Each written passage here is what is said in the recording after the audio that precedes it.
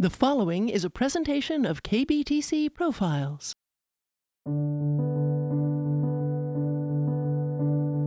To be able to help families navigate that experience, which is the worst day that you have with your pet, the day you have to say goodbye, and be able to allow them to stay in their home environment, just be surrounded by love. It's the most rewarding work that I do. It's a labor of love.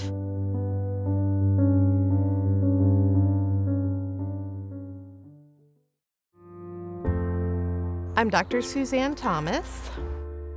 I am a small animal veterinarian. I graduated vet school in 2000, and in 2010, the dogs that I graduated with, my personal dogs, were all aging. I had not thought about how I would approach their end of life. I was working at an emergency hospital in South Tacoma at the time, and I'm like, I don't want to go into work to do this. I don't want to be out in public grieving, and I don't want my pet to be scared or worried or anxious about being at the hospital. And when I looked further into it, there was literally nobody providing in-home end-of-life services. So I started my own mobile practice doing in-home euthanasia in 2010. It was called Peaceful Passing. It's the way I wish every single pet could transition, because for the pet, they're in their comfortable space, they're at home, they don't have that the pain and the stress of being transported to a clinic, and then the stress of being in a clinical setting. And for the owners, they have privacy to grieve in their own space. You know, working in emergency for many years, you end up working with a lot of the really sick pets, and you end up doing a lot of euthanasias. And it does give you an appreciation for how much nicer it is to be able to be at home. But in a lot of ways, that kind of does go back, all the way back to how veterinary medicine or medicine in general used to be. Doctors would come to your home. Everybody has a sense after the pet's gone or has passed, the fact that they get to fall asleep at home with their families, on their bed, under their favorite tree, or wherever it might be. For a lot of us, if we had our choice when our time comes, that's probably what we would choose. And so that's what they choose for their pets.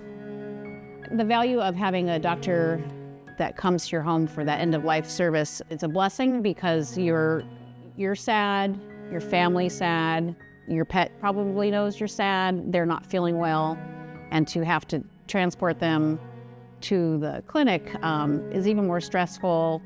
You're flustered, you're driving, you're crying, and with Dr. Thomas coming here, I can do that in my home and feel more comfortable, and I don't feel rushed. She doesn't make you feel rushed, and if you're in a clinic, sometimes you feel like, oh gosh, I better get out of this room. I am glad that it's a benefit that she does. She came on Sunday. My dog was sitting with me on the end of this couch. She sat on that end, and my dog moved over and cuddled right up to her. He had never gotten that friendly with anybody. She's a blessing. She's a blessing. And how gentle and kind and informative and caring and loving she was I didn't even cry then.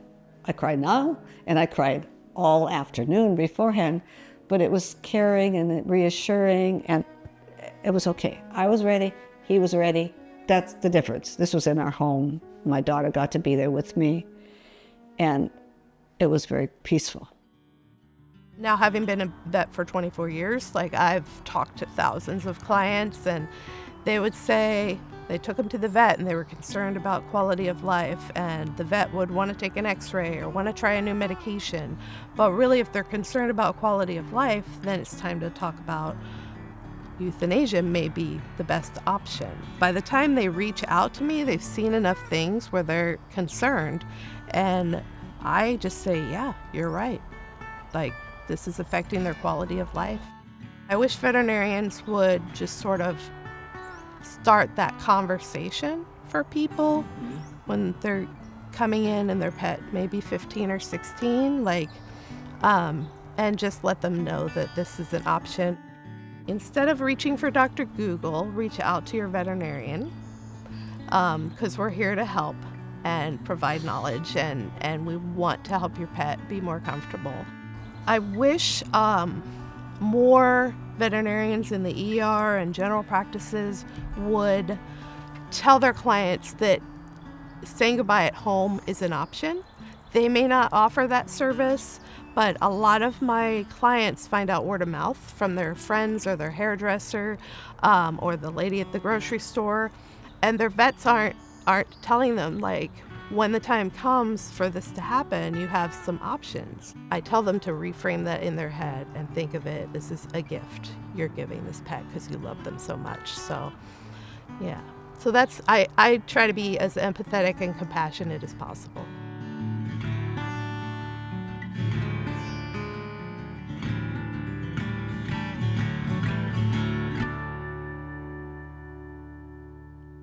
Funding for this edition of KBTC Profiles provided by the KBTC Association. KBTC profiles are available at kbtc.org.